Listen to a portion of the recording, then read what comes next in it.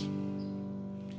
Nesta hora, mais uma vez, invocamos o Teu nome, suplicamos Teu Espírito que ilumine as nossas mentes a compreender a Tua palavra. E tendo compreendido que o Teu Espírito também nos dê poder para vivermos segundo a Tua vontade. Nos abençoe, oramos em nome de Jesus. Amém. Eu fico muito feliz de estar aqui, acompanhado da minha esposa, como a irmã Simone diz, é professora de biologia, e o meu amigo, irmão Vilmar Nunes, que é um grande amigo meu, e que me trouxe para o Evangelho de Cristo quando eu ainda era ateu. Foi a culpa sua, Vilmar, obrigado. Amém, graças a Deus. Eu estou feliz de estar aqui. Quando cantávamos o hino inicial, esse hino, ele me emociona. A letra é maravilhosa, né, Alex? Eu sei que você é um apreciador de música e entende. E eu dali via você tocar, a igreja cantar, e a letra é para cantar chorando, porque ela é maravilhosa. Fala de um amor que nos alcançou mesmo quando não merecíamos e ainda não merecemos. Não sei se os irmãos conhecem a história desta música. A música foi escrita por John Newton, em inglês. O pai dele trabalhou na Marinha Britânica, se não me falha a memória, século XVIII, e ele entrou na Marinha, foi expulso, e ele foi praticar um trabalho terrível. Ele se tornou traficante de pessoas. Trabalhou no próprio navio negreiro, traficando pessoas do continente africano para vendê-los ao trabalho escravo. A maior diáspora humana da história da humanidade foi a diáspora negra, onde aproximadamente 11 milhões de pessoas saíram da África para trabalhos forçados. E o Brasil foi o maior consumidor de escravos negros africanos do mundo. E você, quando vê, por exemplo, uma notícia na TV, de um traficante, de um pedófilo, um assaltante, você fala, meu Deus, que coisa horrível. Agora então você pensa em alguém que está traficando um ser humano por causa da cor de sua pele. O camarada que escreveu esse hino que nós cantamos era um traficante de gente. Até que um dia ele conheceu Jesus, percebeu o tamanho do pecado dele, se converteu, entendeu o amor de Cristo que morreu na cruz e escreveu essa música. Alex, eu queria te pedir, não combinamos nada, né, meu amigo? Eu estou tão feliz de te ver. Você pode tocar a melodia para a gente? E aí, dá a impressão que já é apelo, mas é só a introdução do tema. O Alex vai tocar a melodia enquanto eu falo. É o hino 208, né, Alex? Isso, Graça Excelsa, 208.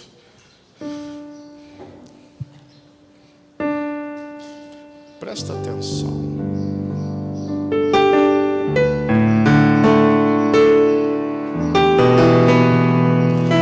Se você olhar no Inário Adventista, a autoria do hino é atribuída a John Newton. Mas quando você pesquisa quem escreveu a letra da melodia, não tem. Está escrito lá, melodia tradicional americana. Provavelmente, no navio negreiro, algum escravo balbuciava essa melodia em seus lábios, enquanto era levado para ser vendido como escravo. E John Newton ouviu e ficou marcado. É um clamor. A melodia é uma melodia chorosa. E John Newton ouviu e projetou nela a letra maravilhosa de Graça Excelsa. Eu fico imaginando um dia no céu, John Newton talvez encontre o grupo de escravos negros que melodiava essa música, talvez no porão de um navio negreiro, ou ao som das chibatadas em suas costas amarrados num tronco. Vai ser um encontro extraordinário, que só vai ser possível devido à graça maravilhosa de Deus que nos alcança. E ela é inegociável, porque ela nos salva, mesmo que nós não tenhamos que fazer nada. Essa é a graça maravilhosa. Alex, obrigado. E você volta daqui a pouquinho, que eu vou te chamar de novo. Esse é o objeto do nosso estudo hoje. A Reforma Protestante, ela faz aniversário essa semana. Algumas centenas de anos atrás, Martinho Lutero pregou na porta da igreja de Wittenberg as 95 teses de justificação pela fé. Porque ele fez isso, graças a ele que teve coragem de se levantar contra a tradição humana acima da Bíblia, discutimos isso, nós estamos aqui. Somos protestantes e não negociamos a nossa fé, não abrimos mão. Mas o que eu quero levar para vocês, através do estudo da Bíblia, hoje será um estudo da Bíblia, é que a justificação é pela graça, não é pela fé, é pela graça. Então eu quero te convidar a abrir em Romanos, no capítulo 3, a partir do verso 21. Romanos capítulo 3, verso 21. Enquanto você abre, eu queria aqui dar o crédito a quem por justiça merece. Esse tema, ele é extraordinário e de elevadíssima importância para a nossa caminhada cristã. Eu sou um leigo. Meu objeto de estudo é história e filosofia. A minha formação é essa. Mas eu também trabalho como educador religioso no colégio adventista, mas eu não sou teólogo. E eu preciso me esforçar para aprender. Semana passada encontrei o pastor Pereira e ele fez um esboço. É lógico, o tema, poderíamos fazer uma semana de oração, mas na ocasião que eu encontrei, ele fez um esboço sobre o tema. Eu disse: pastor Pereira, como é que eu aprofundo o estudo nesse tema maravilhoso? Ele disse: olha, eu lancei um livro que fala, e eu tinha o livro, não tinha lido, porque eu ganhei e guardei, e eu memorizei o livro. Eu não sou especialista, mas o assunto é arrebatador, é maravilhoso. Então, o tema de hoje, eu os apresento, que são estudos do pastor Pereira, que muitos de vocês conhecem. Então estou dando crédito a quem merece, ok? Romanos capítulo 3, verso 21 diz assim: mas agora, sem lei, se manifestou a justiça de Deus, testemunhada pela lei e pelos profetas. 2 vezes no texto você vê a palavra lei. Num primeiro momento, esta que se refere lei, está falando justamente de mandamentos, estatutos. Estudamos aqui pela manhã, na irmã Simone, na escola sabatina.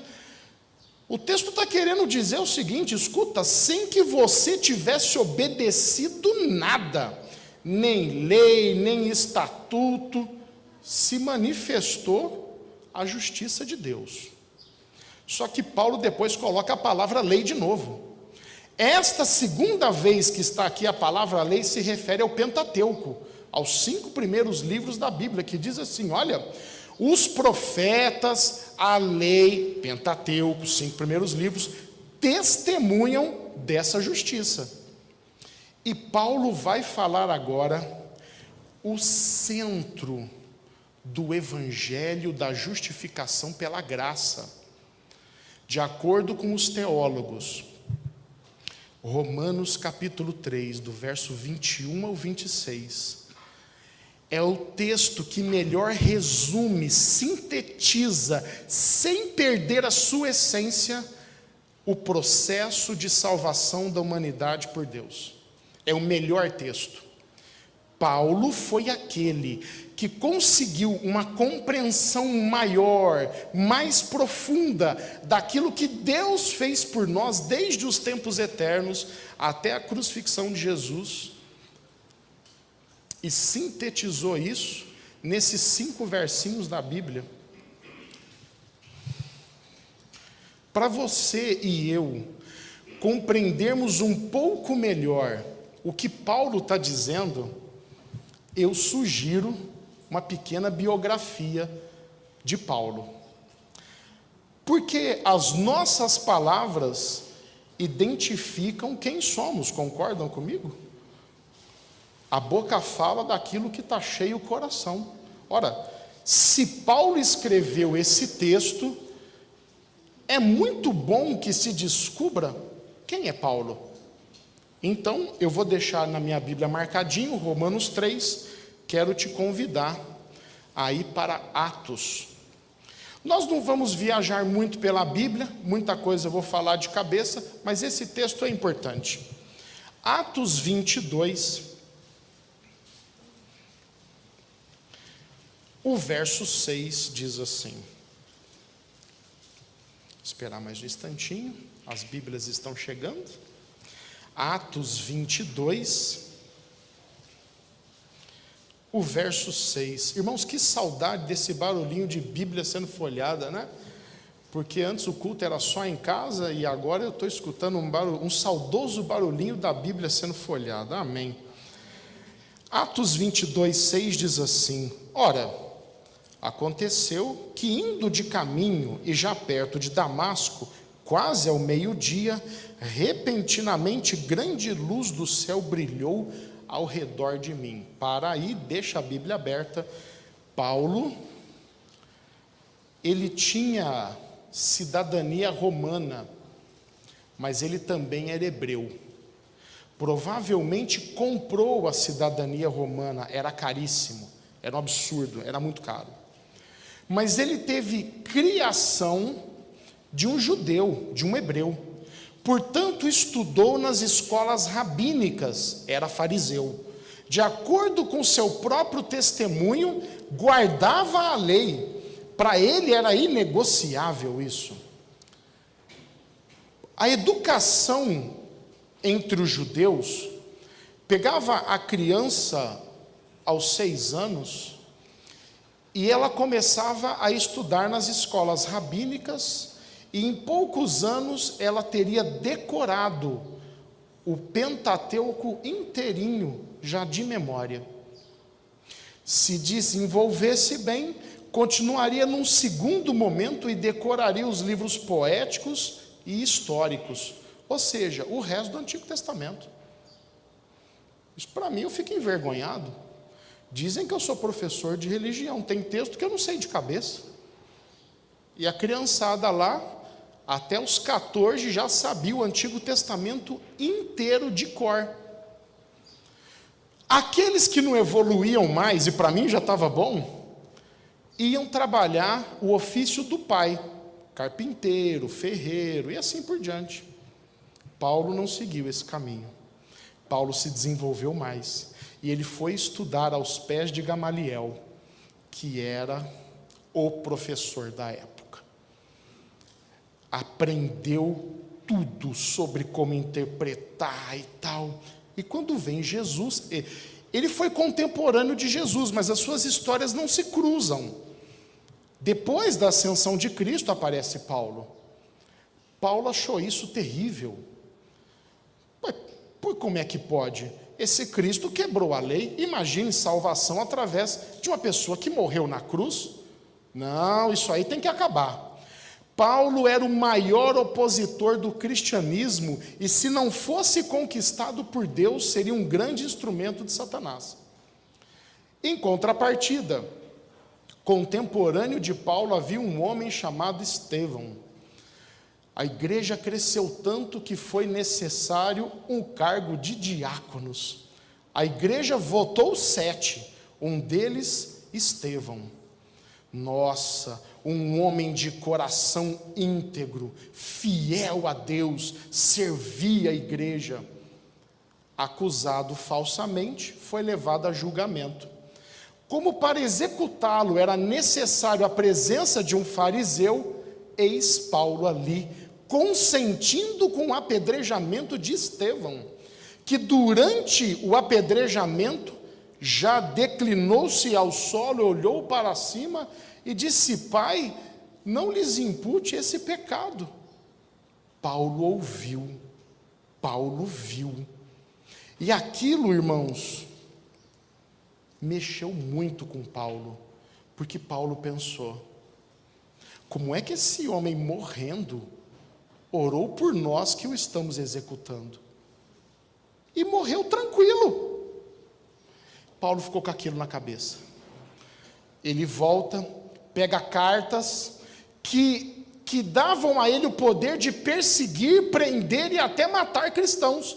E ele vai no caminho de Damasco e tem um encontro extraordinário com Jesus. Cada um de nós terá um encontro com Jesus suficiente para que na nossa mente, o nosso intelecto entenda que aquilo não é comum, não é normal. Por exemplo, Moisés fez faculdade no Egito. Moisés, irmãos, era estudadíssimo. Matou um homem, fugiu, 40 anos depois, viu um arbusto pegando fogo. Ele pensou: arbusto no deserto pegando fogo, tudo bem, deserto é quente, e deu as costas. Olhou de novo, o arbusto não se consumia. Ele falou: agora é sobrenatural, eu vou lá ver. Deus chamou a atenção de Moisés. É algo assim extraordinário. Eu, por exemplo, quando entendi que eu já tinha feito coisa errada demais, pensei: será que tem alguma coisa para mim na igreja? Eu tinha um aluno na época, seu Edmundo, e disse para ele: seu Edmundo, eu acho que eu estou querendo ir para a igreja, mas eu sou ateu, não acredito, assim, é só para ver como é que é. Ele: não, eu vou te dar um livro. E ele era de uma outra denominação, me deu o livro Grande Conflito. Eu li o livro, não entendi tudo, mas teve uma coisa que eu entendi: é livro de um povo adventista, e se Deus existe, manda um adventista aqui. Deus mandou o Vilmar. Aí me chamou a atenção, porque conversando, ele se tornou um grande amigo, conversando com ele falou: sou adventista. Eu lembrei daquilo que eu falei: se Deus existe, manda aqui um adventista. Foi a minha sarça ardente. Foi Paulo caindo do cavalo. E quando Paulo caiu, Jesus disse para ele: por que você me persegue? Ele perguntou: quem é, Senhor? Eu sou Jesus, a quem tu persegues.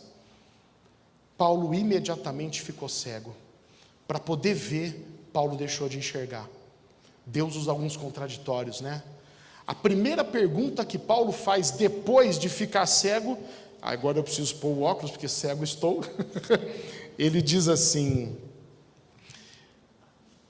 verso 10 de Atos 22: então perguntei: que farei, Senhor? A vida de Paulo, ela pode ser dividida em 2 momentos. Até os 30 anos, Paulo perseguia cristãos, e Jesus perseguia Paulo. Dos 30 para frente, Paulo prega para os cristãos e ele persegue Jesus, mas ele persegue agora porque o ama. O que aconteceu na vida desse homem? Que para ele a salvação era pelas obras, ser fiel, seguir à risca todos os preceitos. A escola rabínica na mente de Paulo, quando ele diz assim, não, voltemos para Romanos capítulo 3, verso 21, quando ele diz assim: sem lei se manifestou a justiça de Deus. Eu consigo compreender um pouco melhor a profundidade desse texto, quando um homem fariseu, doutrinado por Gamaliel, diz assim: ó, sem lei, Deus manifestou a sua justiça. E ele vai numa síntese de um pensamento tão profundo. No verso 22 ele escreve: justiça de Deus mediante a fé em Jesus Cristo para todos os que creem, porque não há distinção. Perceba, Paulo usa uma palavrinha aqui que é fé. Eu disse para vocês que eu sou leigo, e eu sou de fato. Eu não tenho estudo acadêmico em teologia, bem que eu gostaria, mas não sinto que nunca tive chamado nenhum para ser pastor, não tenho essa, igual o Gustavo, meu filho, da Gi, não, eu gosto de estudar, e eu nunca encontrei nas minhas leituras uma definição assim, lacradora sobre a palavra fé. Não tem. O que tem são exemplos. O que é fé? Geraldo, a Bíblia dirá, Paulo, em Hebreus, que fé é as coisas que não se veem e tal. É uma boa definição. Mas desculpa, eu sou uma pessoa que precisa de exemplos práticos. Outro dia encontrei uma, quero compartilhar com vocês. A história, inclusive, é uma ilustração que vem dos próprios judeus. Fé é quando você está num barco, vem uma tempestade, o barco vai naufragar, mas você sabe nadar. Jogado ao mar, você nada para se salvar, só que para onde você olha, não há terra à vista, e uma hora você cansa, e no momento do cansaço, acabou a sua trajetória nesse mundo, né? No entanto, na sua mente, no seu coração, a firme convicção de que você não vai morrer ali, não vai. E nadando você olha e percebe um pedaço do navio que vem à sua direção e você agarra e se salva. Isso é fé. Fé é transferência de confiança. Aquilo que a mim é impossível, o é para outro, que me ajudará nas minhas impossibilidades. Eu creio nisso, isso é fé. Veja, Jesus se sacrificou na cruz por nós. Eu não vi, você não viu. Não tem foto, não há vídeo. No entanto, o testemunho destes homens aqui, que ao invés de negar a verdade, porque ninguém morre por uma mentira, creram até a morte. O testemunho deles é arrebatador. E nos constrange. A Bíblia diz: o amor de Deus nos constrange, de fato é. Mas quando eu olho para Paulo, que preso na masmorra, lá na Mamertina, em Roma, ficou 2 anos num calabouço escuro, gelado, fedido, e vou poupar-lhes de detalhes do lugar e do que acontecia. Quando esteve diante de Nero, o pior homem do mundo, e diante de Nero, o melhor homem do mundo, tira Jesus de lado, né? Jesus sempre, mas humanamente falando, era Paulo. Perceba que encontro, né? Nero e Paulo. E Nero dá a sentença. Paulo, também como uma ovelha que vai para o matadouro, coloca a sua cabeça no pilar e sofre a pena capital, sem discutir. Irmãos, o que leva uma pessoa a falar: pode matar. Não, mas se você negar, eu te solto. Não, pode matar. Irmãos, isso para mim é inegociável. Assim, um testemunho desse, ninguém morre por uma mentira. Você poderia dizer: não, Paulo ficou louco, 2 anos lá na casa, ficou louco. Não, tudo bem, então me explica os milhares que morreram lá no Coliseu romano, cristãos. Não, pode soltar o leão, pode matar. Não quero, mas não tem jeito, eu não vou negar. Então, ou é uma loucura coletiva, ou eles morreram por algo que realmente era verdadeiro, e eu creio, e você crê também. Isso é fé. E é essa fé que nos faz apropriar de um presente de Deus. E Paulo, ele continua explicando: pois todos pecaram e carecem da glória de Deus, sendo justificados gratuitamente por sua graça, mediante a redenção que há em Cristo Jesus. Aqui é o centro, Alex. Aqui Paulo diz a palavrinha, a graça. O que é a graça? É um presente que nós não merecemos, e que parte de Deus a intenção de nos salvar. Desde quando? Eternidade passada. A Bíblia não fala muito sobre isso, fico imaginando. Antes do primeiro ser criado, Deus já sabe de tudo, de todas as coisas, e disse: o ser humano vai cair, vamos salvá-lo. Então, a graça vem de Deus, e Jesus se prontificou: eu pago a pena, eu morro no lugar. Eis o plano da salvação. Outro dia, um aluno, que deve ser amigo do Álvaro, porque me fez pergunta capciosa na sala de aula, disse assim: ô tio, mas Deus não sabia que Adão ia pecar? Eu falei: sabia. Então por que criou? Aí eu falei assim: eu vou devolver a pergunta para o aluno. Aí falei assim: escuta, filho, Deus sabia que Lúcifer ia pecar? Ele pensou na minha resposta, né?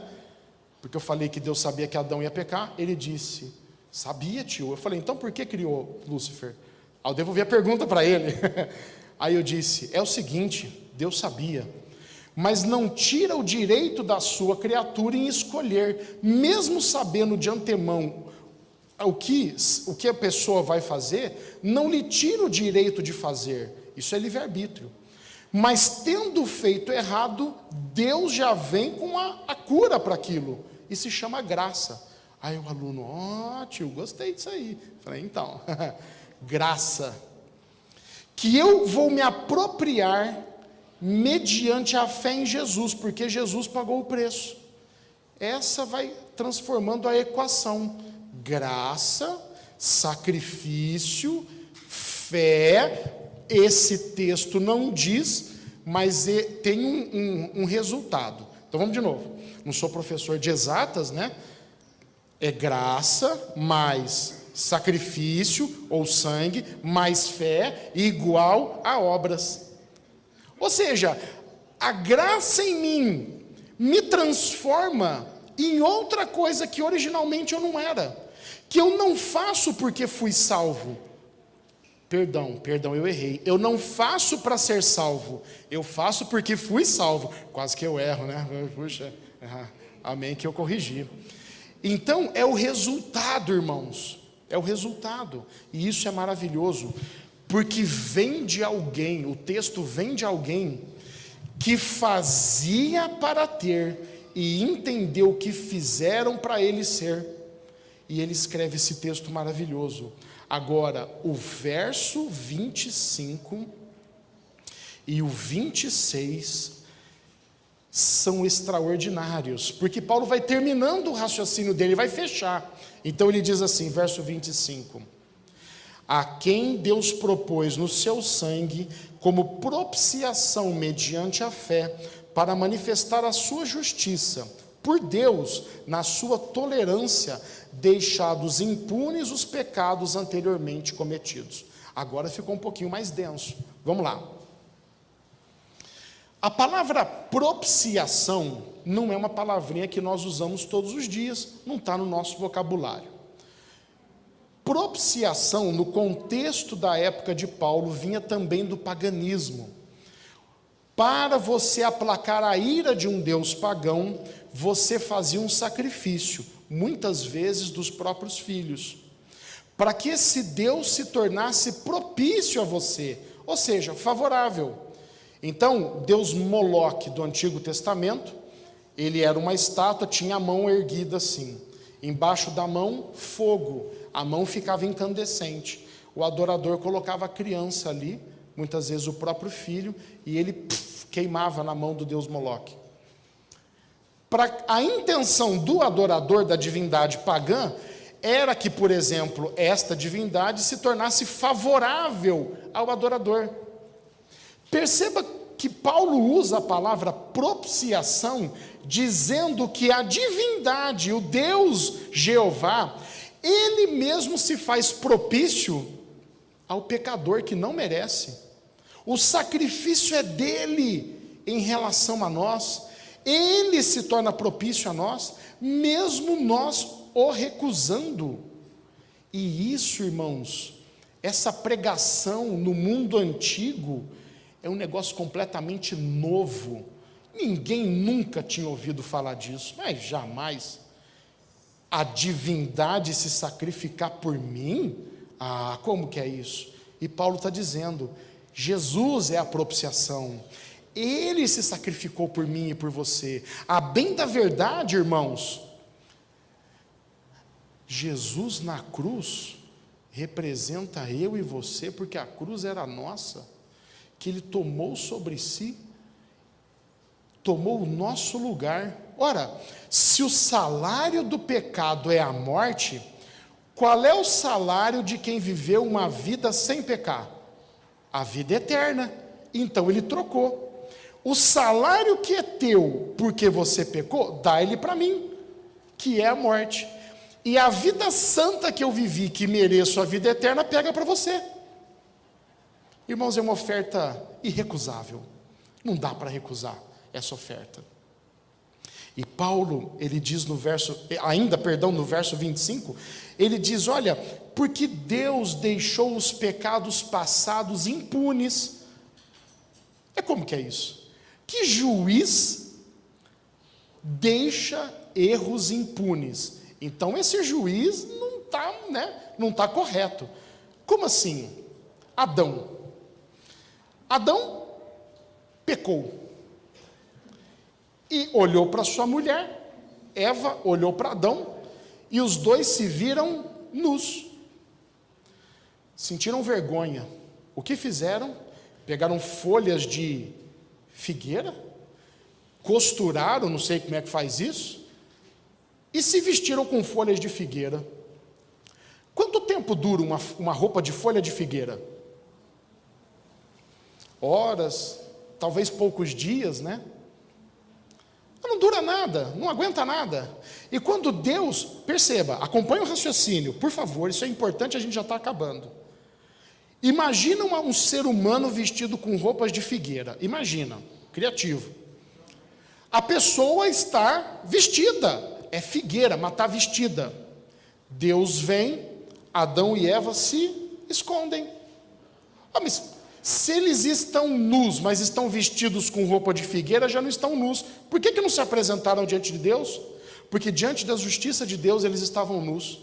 E aí Adão olha para si e fala, Deus está vindo, eu estou nu. Porque a minha justiça é um trapo diante de Deus. E Deus diz, Adão, cadê você? Estou escondido aqui porque eu estou nu. Como é que você sabe que você está nu? É porque a tua justiça me deixou nu. Seria a melhor resposta. Diante da tua santidade, e agora eu sou pecador, eu estou nu diante de ti. E aí, Deus faz o sacrifício do primeiro cordeirinho, né? E lhes propõe uma roupa do cordeiro, que é a justiça de Cristo. Aí sim, Adão e Eva não se sentiram mais nus diante de Deus. Justiça imputada, justiça de Cristo. Acontece que naquele momento em que Deus foi no jardim, podia ter matado Adão. Não era essa a promessa? Do dia que comer, certamente morrerás. Chegou no jardim, é só matar, querido. Adão, está morto, filho. Acabou para você. Mas Adão viveu 930 anos. Por quê? Porque Deus deixou os pecados passados impunes. Deixou impune. Ele é Deus. Justiça sem lei. Ele é Deus. Veja o caso, por exemplo, de Enoque. Pesquisa simples na igreja. Enoque era pecador, sim ou não? Sim. Mas na cara, sim. E está no céu. Não passou pela morte. A Bíblia, eu acho tão bonitinho, diz assim, Enoque andou com Deus e já não era, porque Deus o tomou para si. Mas está lá no céu. Mas por quê? Porque Deus levou. E por que levou? Porque deixou os pecados impunes de Enoque. Aí vem Moisés. Moisés pecou? Vixe, sim, forte, né? Sim, com violência. E um dia Moisés morreu. Eu li até o texto, né, Álvaro? Ele rogando a Deus para que entrasse na terra, e Deus, Moisés, não me fale mais nisso. É um jeito educado de dizer, Moisés, cala a boca, você não vai entrar. Se quiser ver, sobe no Monte Pisga e vê de lá. Irmãos, não se pede para um homem de 120 anos subir no Monte Pisga. Né? Mas Moisés foi, e chegando lá, olhou. A escritora cristã Ellen White diz que ele viu a terra como se estivesse lá, viu a primeira vinda de Jesus, viu a segunda e morreu feliz. Amém. Eu fico imaginando, mas isso é imaginação minha. Deus sentado mostrando, Moisés viu tudo e foi dando um soninho. Quem sabe Moisés deitou a cabeça no colo de Deus, Deus passando a mão naqueles cabelos brancos, Moisés dormiu, morreu. E o próprio Deus enterrou Moisés, ninguém sabe. Um dia o arcanjo Miguel, que é Jesus, voltou e começou a abrir a sepultura. Voltou com seus anjos de luz, né? Começou a abrir a sepultura. Judas, verso 14, se não me falha a memória. Judas 14, depois você vai lá ver. Aparece Satanás ali. E agora eu vou dizer um negócio que é esquisito. Judas é 19? Obrigado, irmã Claudete. Judas 19, então. Errei por pouco, bateu na trave assim. Acontece que Satanás apareceu ali e disse, escuta, o que você está fazendo aí? Olha o contrassenso, Satanás de cima olha para baixo, Jesus de baixo olha para cima, para falar com Satanás, e diz, eu vou levar meu servo Moisés para o céu. Não vai não, ele é meu, o salário do pecado não é a morte, pecou, então ele é meu, pode deixar ele aí. Aliás, inclusive, você não pagou pela vida dele ainda. Um dia você vai pagar. Pode deixar Moisés aí. E Judas diz assim, que Jesus disse, o Senhor te repreenda. Também é uma maneira educada, Deus é muito educado, de dizer assim, Satanás, você não está entendendo nada do plano da salvação, isso não cabe na tua cabeça, eu vou levar Moisés. Lá na cruz do Calvário a gente se encontra e briga nós dois lá. E Jesus ressuscitou Moisés e levou. Ora, você consegue entender por que Paulo está dizendo aqui no verso 25? Deus deixou impune os pecados passados. Não era para Moisés estar no céu, não era para Enoque estar no céu, para piorar ou para melhorar, não sei, Deus faz de novo. Pegou Elias e levou para o céu numa carruagem de fogo. Esse foi estiloso. A carruagem passou, coisa mais linda, levou.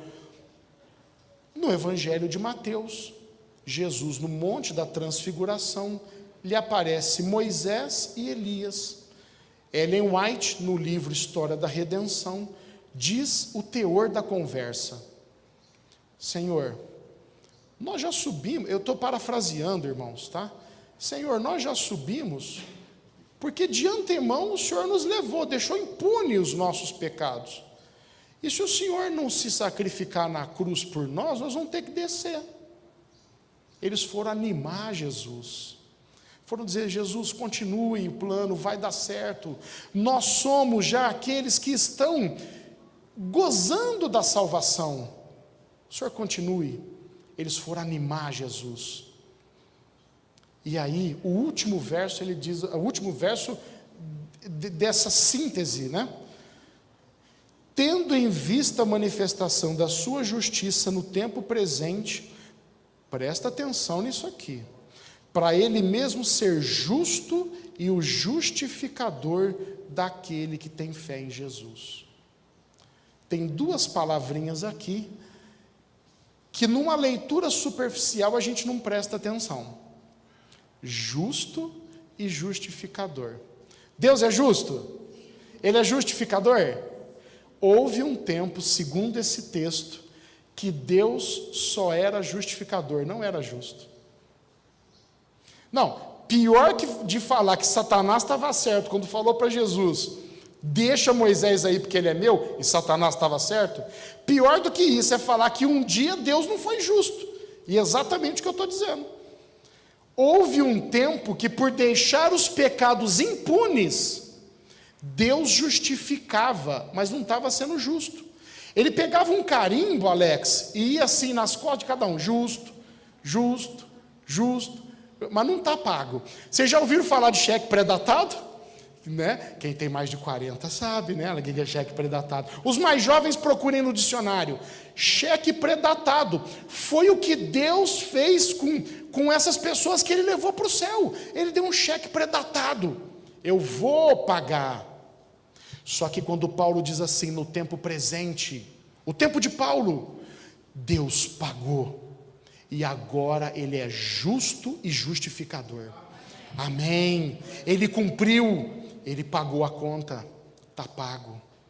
Na cruz, o Senhor Jesus fez, eu ia falar 7 orações, perdão. Ele disse 7 frases na cruz, 7 frases. A primeira delas, Pai, perdoa-lhes, eles não sabem o que fazem. Esta oração, ela abarca todas as pessoas, desde Adão até o último ser humano que estiver vivo nessa terra. Todo mundo está perdoado? Veja, Elias, Moisés e todo o universo, em completa expectativa pelo evento do Calvário. E quando eu citei aqui a primeira frase de Jesus, Senhor, perdoa-os, eles não sabem o que fazem. Deus estendeu o seu perdão a toda a humanidade. Amém. Sou professor, é meu dever complicar as coisas, né? Tem aluno que fala assim, tio, para que uma prova dessa? Não precisa disso. Mas o tio é professor. Se Deus estendeu o perdão a todos, Pilatos, que julgou Jesus, lavou as mãos e diz, estou livre do sangue desse homem. Deus perdoou Pilatos? Sim, Deus perdoou Pilatos. Pilatos foi salvo? Não. Por quê? Paulo explica. Daquele que tem fé em Jesus. Pilatos teve fé em Jesus? Não. A salvação, para nós, é a coisa mais simples do mundo. Eu só preciso crer em Jesus. Porque o sacrifício já foi feito, a graça já foi estendida. Eu quero terminar voltando em Atos 22.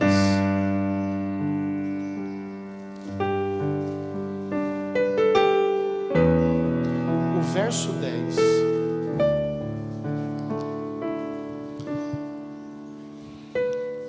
Depois que a gente compreende o que a graça fez por nós, eu penso em Paulo no chão, no pó da terra, olhando para Jesus, e ele faz a pergunta que eu fiz no começo e termino com ela: que farei agora, Senhor? Se você entendeu o teor da mensagem de Paulo, você está salvo, eu estou salvo. E agora, Senhor, que vida eu devo viver em honra àquilo que o Senhor fez por mim? Porque nada que nós fizermos aqui vai pagar, não vai. Mas eu vivo por aquele que por mim morreu. Falei de escravidão no começo, termino com uma ilustração também de escravidão. Esse é um tema que me emociona. Às vezes na sala de aula, a Esther, minha aluna, está no primeiro ensino médio, que eu falo mais de escravidão, e às vezes fica emocionado na sala. Quando o dono do escravo o libertava, o escravo livre, ele poderia ir embora ou continuar ali, e muitos ficavam, porque agora, quando o senhor do ex-escravo chegava, ele se curvava por gratidão, ele se curvava por respeito verdadeiro, não mais por medo. O que Deus fez por nós, o amor de Deus que nos constrange, é aquele que me faz me curvar, me ajoelhar, por amor, pelo entendimento daquilo que Ele fez por mim. Que Deus nos abençoe e que possamos viver uma vida dedicada a Deus, e na eternidade, na eternidade, quando nós estivermos diante do trono, né? Quem sabe cantaremos esse hino, né, Alex? Outros surgirão, mas nós cantaremos da maravilhosa graça por toda a eternidade. Que Deus te abençoe.